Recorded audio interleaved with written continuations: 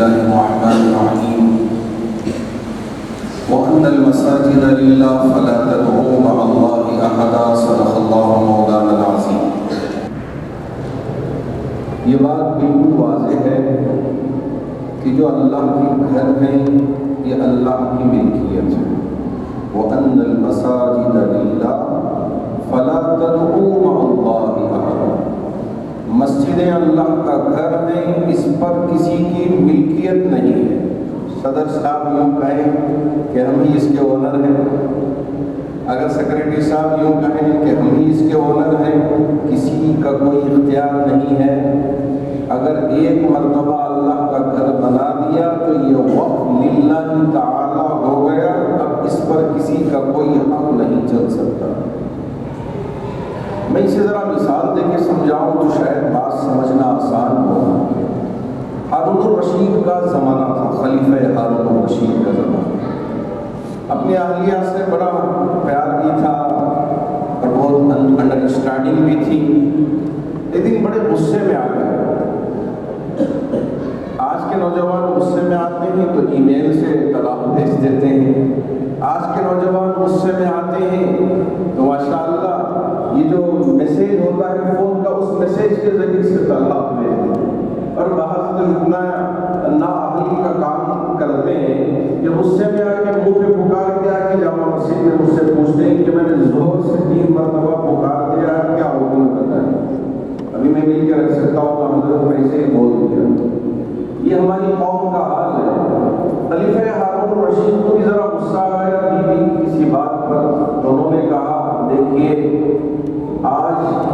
رات سورج کے غروب ہونے سے پہلے اگر آپ میری ملکیت سے نہ نکلے تو آپ کے لیے 3 طلاق۔ وہ بھی غصے میں آئے، لیکن بڑا تعلق تھا اپنی بیوی سے اور بہت محبت بھی تھی۔ پریشان ہو گیا، میرے اللہ ایسے الفاظ میری زبان سے نکلے۔ علماء کو بلایا، اللہ کے پوچھا، جذبے میں آ کے میں اس طرح کی بات اپنی زبان سے کہہ دیا ہوں، اب میرے لیے کیا حکم ہے آپ ارشاد فرمائیں۔ سب علماء آپس میں ایک دوسرے کی طرف دیکھنے لگے اور ایک دوسرے کا چہرہ دیکھنے لگے۔ اب کہاں کیا جواب ہے بادشاہ، اس لیے کہ ان کی تو حکومت بڑی پھیلی ہوئی ہے، ہیلی کاپٹر کا زمانہ نہیں کہ یہاں ہیلی کاپٹر اتار کے بٹھا کے بھیج سے جاؤ، بادشاہ کی حکومت سے باہر نکل جاؤ۔ یہ ہے کہ اس وقت ہوائی جہاز کا زمانہ بھی نہیں تھا، تو کریں تو کیا کریں۔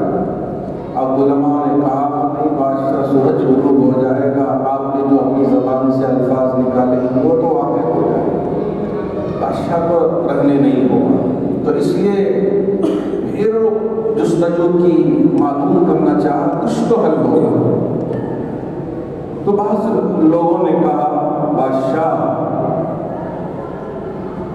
امام ابو حنیفہ رحمۃ اللہ علیہ کے شاگردوں میں امام ابو یوسف ہیں، فقہ کے بڑے امام ہیں، آپ ان کو بلا لیں، ان کے سامنے اپنی پریشانی رکھیں، شاید کچھ حل نکل جائے۔ بادشاہ نے کہا ذرا جلدی بلا کے لے کے آؤ حضرت کو۔ اب وہاں کی جامع مسجد اتنی بڑی، اس لیے کہ عوام نے بھی دلچسپی، بادشاہ کا مسئلہ ہے، اب کریں تو کیا کریں، لاؤ بٹھاؤ، اس کا پریشان حال ہے۔ اب امام ابو یوسف رحمۃ اللہ علیہ تشریف لائے، مفتیوں کا بھی جم بیٹھا، علماء کا، حفاظ کا، قراء کا، سب بیٹھے ہوئے، جواب دیں گے تو کیا دیں گے۔ امام ابو یوسف رحمۃ اللہ علیہ کے سامنے یہی بات رکھی گئی کہ میری زبان سے غصے میں اس طرح کے الفاظ نکل گئے ہیں کہ کوئی اس کا حل ہے؟ قربان جائے حضرت امام ابو یوسف رحمۃ اللہ علیہ پہ فوراً اٹھے، ہاں حل ہے۔ قرآن مجید کی آیت تلاوت شروع کیا، وَأَنَّ الْمَسَاجِدَ لِلَّهِ فَلَا تَدْعُوا مَعَ اللَّهِ أَحَدًا، مسجدیں اللہ کا گھر ہیں، اس پر اللہ کی ملکیت ہے، آپ کی ملکیت نہیں ہے۔ آج رات آپ کی اہلیہ محترمہ کو مسجد میں ٹھہرا دیجیے، یہ آپ کی ملکیت سے باہر نکل گئی، اس لیے آپ کی بیوی کو طلاق ہونے کی کوئی صورت ہی نہیں ہے۔ سب علماء دنگ رہ گئے، کیا فقہ انہوں نے پیش کیا، قرآن کی آیت دلیل کے ساتھ انہوں نے پیش کیا، کہا کہ ہاں یہ اللہ کا گھر ہے، ملکیت نہیں ہے، اس لیے اگر آپ رات اپنی اہلیہ کو یہاں ٹھہرا دیا تو طلاق ہونے کا سوال ہی نہیں۔ تو یہ اللہ کا گھر ہے، اس پر کسی کی ملکیت نہیں ہے۔ اس کی حفاظت کی ذمہ داری مسجد کی کمیٹی کی ہوتی ہے کہ اس کی باقی صفائی لوگوں نے یہاں تک محدود کر لیا کہ اب کریں تو کیا کریں، لائٹس لگ رہا ہے نہیں، استنجا خانے میں پانی آ رہا ہے نہیں، ہاؤس میں پانی ہے یا نہیں، اتنی ذمہ داری سنبھال لیا، سمجھ گئے کہ ہم نے مسجد کی کمیٹی کی پوری ذمہ داری سنبھال لیا بہت اچھے طریقے سے، جبکہ مسجد کی کمیٹی کی کیا ذمہ داریاں ہیں کہ کھل کر اس وقت ہمارے سامنے آئے۔ اللہ کا شکر ہے چونکہ بنگلور بڑا پھیلا ہوا ہے، 1000 سے زائد مساجد ہیں، تو اس لیے بنگلور کو ایریا وائز تقسیم کر کے مختلف فیڈریشن قائم کیے جا رہے ہیں۔ ادھر اندرا نگر کا فیڈریشن، ادھر ڈی جے ہلڈی کا فیڈریشن، جے نگر کا فیڈریشن، تو اس طرح مختلف فیڈریشنز قائم کیے جا رہے ہیں تاکہ مساجد کے درمیان میں ایک رابطے کی صورت پیدا کیا جائے، تمام مساجد میں ایک رابطہ ہو جائے۔ تو اسی طرح میں آپ سے یہ کہنا چاہوں گا کہ ماشاءاللہ یہاں تو رابطے ملت ہے، تو اب رابطے مساجد آپ قائم کریں، مساجد فیڈریشن قائم کریں، اگر اس سے آپ کے درمیان میں اتحاد کی شکل پیدا ہو جائے، اب کریں تو کیا کریں؟ ایک اس لیے کہ ماشاءاللہ ہمارے ڈاکٹر عبدالخدیر صاحب ہیں اور آپ کے یہاں بہت سارے سافٹ ویئر انجینئرز ہیں جو آسانی سے سافٹ ویئر بنا دیں گے۔ شہر بیدر کے لیے ایک سافٹ ویئر تیار کریں کہ اس حلقے کے لیے یہ تمام مساجد کے فیڈریشن کے یہاں اتنی بیوائیں رہتی ہیں، یہاں اتنے یتیم رہتے ہیں، یہاں اتنے غریب ایسی بچیاں ہیں جن کا نکاح نہیں ہو پا رہا ہے، اور یہاں اتنے چھوٹے بچے ہیں جو باوجود اسکول کے جانے کی عمر کے پہنچنے کے لیکن اسکول کو نہیں پہنچ پا رہے ہیں۔ آپ یہ پوری لسٹ، ہر مسجد کی کمیٹی اپنا ایک علاقہ، جیسے پولیس اسٹیشن کے لیے ایک علاقہ محدود رہتا ہے، اسی طرح مسجد کی کمیٹی اپنے لیے ایک علاقہ محدود کر لے، 40 گھر، 50 گھر، 20 گھر، 100 گھر، 200 گھر، جتنا بھی آپ مقرر کرتے ہیں آپس میں مشورے کے ساتھ، وَشَاوِرْهُمْ فِي الْأَمْرِ فَإِذَا عَزَمْتَ فَتَوَكَّلْ عَلَى اللَّهِ پہ عمل کرتے ہوئے آپ طے کر لیں کہ اتنے گھر ہیں، اللہ رب ذوالجلال نے اس علاقے میں جن کو مال دیا ہے وہ مال کہیں باہر لے جا کر زکوٰۃ کی رقم دینے کی ضرورت نہیں ہے، یہاں آپ اسی علاقے کے جو پڑوس میں ہی آپ کے یتیم رہتا ہے، آپ کو اب تک خبر نہیں، ابھی پڑوس میں ہی ایک بیوہ رہتی ہے، اب تک آپ کو خبر نہیں، حضرت عمر فاروق رضی اللہ تعالیٰ عنہ امیر المؤمنین ہو کے اپنے کھندے پہ بوریاں اٹھا کے لے کے گئے، پہنچے، اپنے ہاتھوں سے پکوایا اور یتیم بچوں کو کھلا کے ان کی عزت افزائی کی، کہا کہ یہ میری ذمہ داری ہے کہ اگر میرے ملکیت میں میرے خلیفہ ہونے کے باوجود اگر کوئی بھوکا سوئے، روتا ہوا بچہ سوئے، بلکتا ہوا بچہ رہ جائے اور میں یہاں امیر بن کے رہ جاؤں، میرا رب مجھ سے پوچھے تو میں کیا جواب دوں؟ میرے رب کی بارگاہ میں جب مجھ سے سوال ہو تو میں کیسے سامنا کروں؟ حضرت عمر رضی اللہ تعالیٰ عنہ اس احساس کو آپ نے اپنے اندر لیا، اپنی پیٹھ پہ لے کے گئے، جب یہ غلام پوچھ رہا تھا امیر المومنین مجھے دے دیں، میں لے کے جاؤں گا، میں اٹھاؤں گا، حضرت امیر المومنین نے فرمایا نہیں، یہ میری ذمہ داری ہے، میرا رب مجھ سے پوچھے گا تو میں کیا کروں کہ یہاں ایک یتیم بچے رو رہے ہیں، ایک ماں اپنے ان بچوں کو بہلانے کے لیے یہ ہنڈی کے اندر وہاں پتھرے ڈال کے پانی گرم کر کے ان کو تسلی دے رہی ہے، کچھ کھلا نہیں پا رہی ہے، ایسے وقت میں اگر میں ان کی کچھ کام نہ ہو تو میں کس کے کام؟ کیا یہ صرف سنانے کے لیے واقعہ ہے؟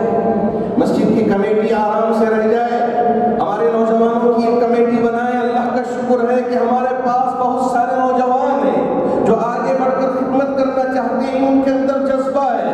لیکن ہم ان کو استعمال کرنا نہیں چاہتے، جس کی وجہ سے آج ہماری ایک ڈاکٹر صفیہ جو بنگلور میں ہپاڑ کے پاس رہتی ہیں، وہ میرے پاس آئی تھی، آ کے کہا مولانا کیا ذکر کروں میں آپ کے سامنے کہ جوان بیٹی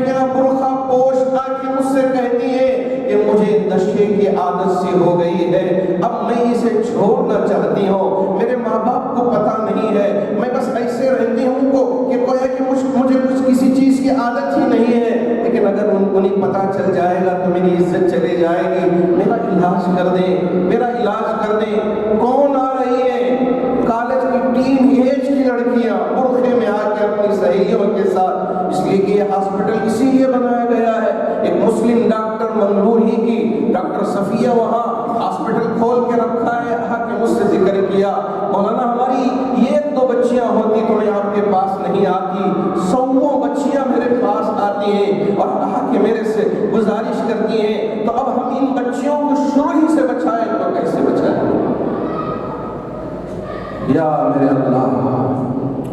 یقین مانیے میں اللہ کے گھر میں کھڑے ہو کے کہہ رہا ہوں، جب وہ میری بہن ڈاکٹر اپنے جذبات کا اظہار کر رہی تھی، میرے آنکھوں سے آنسو جاری تھے۔ ایک لڑکے نے کہا کہ میں 2015 16 17 18 19 5 سال اس دلدل میں رہا، بہت مشکل سے ڈاکٹر صاحبہ نے مجھے اس دلدل سے نکالا، آج میں اپنی فیملی کے ساتھ رہتا ہوں، لیکن یہ دلدل اتنا خراب ہے۔ اس نوجوان لڑکے نے کہا حضرت میں آپ کو ایک ایسے علاقے میں لے کے جانا چاہوں گا، آپ کو بھی دیکھ کے شرم آ جائے گی، چہرے پہ داڑھی ہے لیکن نشہ لیتے ہوئے نظر آئے۔ یہ حال ہے، کیا ترقی ہے؟ کیا ہم ان کی فکر نہیں کریں گے؟ کیا ہماری ذمہ داری نہیں ہے؟ ہم مسجد کی کمیٹی کے متولی ہیں، ہم بڑے ہیں، اللہ کے پاس منظور نظر ہو جائے یہ کافی ہے، ہمارا نام وہاں ہو جائے یہ کافی ہے، یہ نہیں کہ ہم یہاں بڑے بن جائیں اور یہ سوچنے لگے کہ ہم یہ سب کچھ ہیں، میرا نام ہو جائے، نام تو وہاں ہو لیکن یہاں کچھ کام ہم کر جائیں، آپس میں بھی اتحاد قائم ہو، نوجوانوں کی ایک کمیٹی بنے کہ وہ ہماری بچیاں جو شادی کی عمر کو پہنچنے کے باوجود ان کے نکاح نہیں ہو پا رہے ہیں، آپ ان کے نکاح کا انتظام کروائیں، چلیے ہم آپ کا بھائی بنیں گے، چلیے ہم تیرے چچا بنیں گے، چلیے ہم تیرا باپ بنیں گے، یہ آپ کا حق ہے، میرے آقا صلی اللہ علیہ وسلم کی سنت ہے اور آپ کا طریقہ ہے، آپ اپنی فکر نہیں کیے، جہاں حضرت بیوی فاطمہ کی آپ نے فکر کیا وہی امت کی بیٹیوں کا بھی آپ نے بیڑا اٹھایا تھا، لیکن آج ہم ہماری ہی بچیوں کے سلسلے میں فکر مند نہیں ہیں، کہاں بیٹی گل کھلا رہی ہے، کہاں بیٹا گل کھلا رہا ہے، ہم کو خود پتہ نہیں، اس لیے کہ یہ جو حالہ آیا ہے اس کے اندر اتنا فتنہ ہے کہ کب کہاں سے کیا ہو رہا ہے نہ باپ کو پتہ چلتا ہے نہ ماں کو پتہ چلتا ہے۔ ایک باپ میرے پاس جامع مسجد میں آئے، آ کے کہنے لگے حضرت کیا کہوں، میرا بچہ بھی فیشن شو میں جا کے ایک مسجد کا ٹرسٹی اپنے بیٹے کے بارے میں مجھ سے آ کے کہہ رہا ہے حضرت میرا بچہ بھی فیشن شو میں جا کے اس لڑکی کو پسند کر لیا، اب نکاح ہو گیا، اب معلوم ہوا کہ وہ لڑکی پہلے ہی سے شادی شدہ تھی، عدت میں تھی، عدت میں نکاح ہوا ہے تو ابھی نکاح ہوا نہیں ہوا یہ پوچھنے کے لیے آئے، لڑکا بھی نشے کا آدمی، لڑکی بھی نشے کی آدمی، اس لیے کہ وہ بھی وہاں دلدل میں پھنسا، یہ بھی دلدل میں۔ ایسے عجیب حالات اس وقت امت پہ ہیں، ایک طرف تو دشمن کی مار، وہ مسلمانوں کو بدنام کرنے، قرآن کے سلسلے میں غلط قسم کی باتیں کہتے ہوئے، اور میرے نبی حضرت محمد رسول اللہ صلی اللہ علیہ وسلم کی شان میں گستاخی کرتے ہوئے، حالات اتنے مقدر ہیں، ابھی ہم نہ جاگیں اور ہمارے میں ایک اتحاد قائم نہ ہو، کیا فائدہ ہم یہاں رہ کے، ہمارے درمیان میں ایک اتحاد قائم ہو جائے۔ اللہ کا شکر ہے کہ مجھے یاد ہے کہ جب یہاں رابطے ملت کا پہلا جلسہ ہوا تھا، بڑا عالی شان جلسہ، میں بھی اس وقت حاضر ہوا تھا، تقریباً 40 منٹ کا وقت مجھے دیا گیا تھا اور 40 منٹ کی تقریر میں نے اس وقت کی تھی۔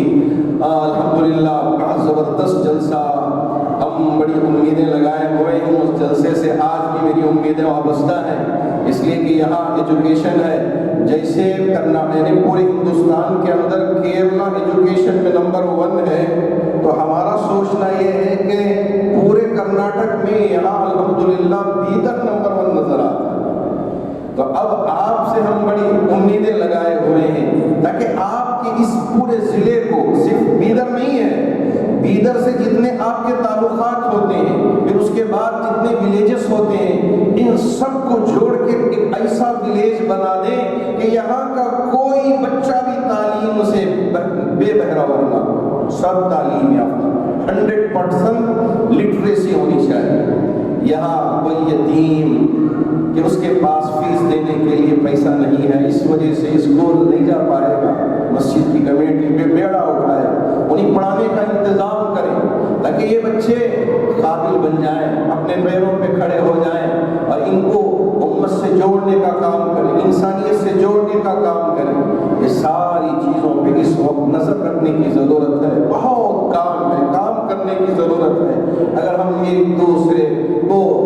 کافر کہیں، میں تو سوچ رہا تھا، اللہ کا شکر ہے کہ بنگلور میں اس طرح کا ماحول نہیں ہے، ہم تمام جماعتیں مل کے، اللہ کا شکر ہے کہ اتحاد کے ساتھ فیصلے لیتے ہیں۔ یہ آپ تک بھی باتیں ہماری پہنچتی ہیں کہ ہم سب مل کے ایک فیصلہ لیتے ہیں، حضرت امیر شریعت ہوں یا بریلوی مکتب فکر کے ہوں یا اہل حدیث کے ہوں یا تمام یہ حتیٰ کہ شیعہ بھی ہوں، سب مل کے فیصلے لیتے ہیں اور تمام امت مسلمہ ان فیصلوں پہ عمل کرتی ہے۔ لیکن ابھی 18 نومبر کو ہمارے حضرت اصغر علی مہدی دامت برکاتہم شیخ سے جب میں نے ایک آڈیو کلپ سنایا تو انہوں نے ہاتھ کانوں پہ رکھ لیا، یا میرے اللہ، آج بھی یا اللہ، یو پی میں کچھ بریلوی علماء کے جو لب گشائی ہے وہ کہہ رہے ہیں کہ یہ دیوبندی مرتد ہے، کافر ہے،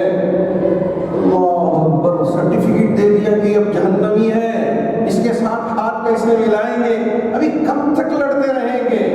ارے کیا آپ کے پاس جبرائیل امین آ گئے، سرٹیفکیٹ دے دیا کہ جہنمی ہے، یہ مرتد ہے، یہ کافر ہے، آپ کو سرٹیفکیٹ دے دیا، آپ سرٹیفکیٹ دے رہے ہیں؟ یا میرے اللہ، کب تک آپ اس طرح سے امت کو لڑاتے رہیں گے؟ نہیں، وقت آیا ہے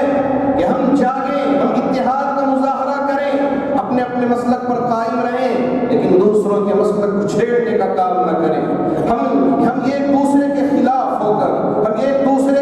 کے لیے گالی گلوچ استعمال کر کے کیا لے کے جانا چاہتے ہیں؟ ارے دشمن یہ آ کے نہیں کہے گا، او یہ تو بریلوی صاحب ہیں، ان کو چھوڑ دو، یہ تو اہل حدیث سے چڑھو، ان کو چھوڑ دو، نہیں یہ دیوبندی ہیں، ان کو نقصان پہنچانے کی ضرورت نہیں ہے۔ یہ نہیں، وہ یہ دیکھتا ہے کہ یہ مسلمان،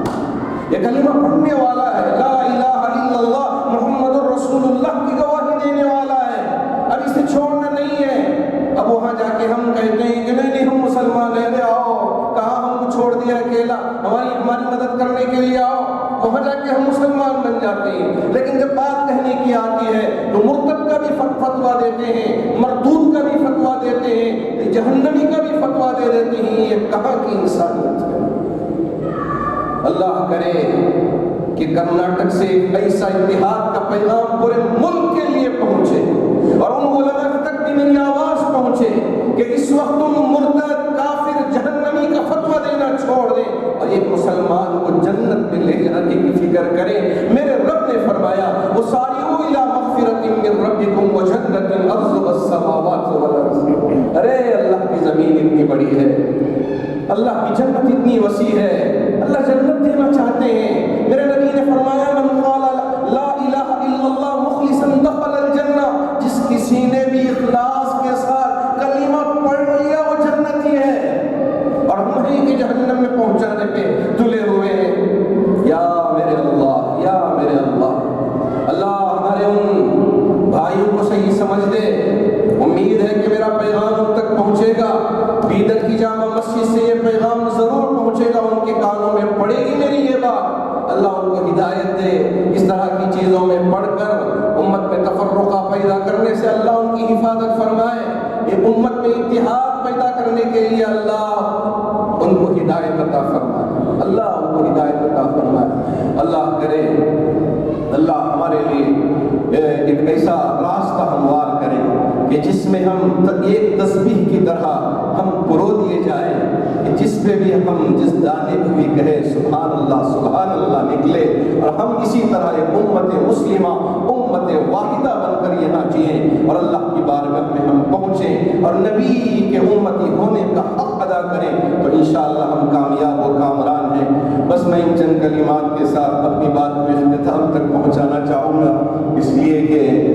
میری فلائٹ بھی ہے، مجھے جانا بھی ہے، وہ اس بنیاد پر میں اپنی بات کو یہیں اختتام تک پہنچاتا ہوں۔ دعا کریں کہ اللہ رب ذوالجلال ہماری کرناٹک کو ایک ایسا مثالی کرناٹک بنا دے کہ پورے ملک کے لیے ایک آواز اٹھے یہاں سے کہ دیکھیے ایک صوت سے کیسی آوازیں بلند ہو رہی ہیں، یہاں اتحاد ہے۔ اللہ اسی طرح کا اتحاد پورے ملک میں قائم فرما دے،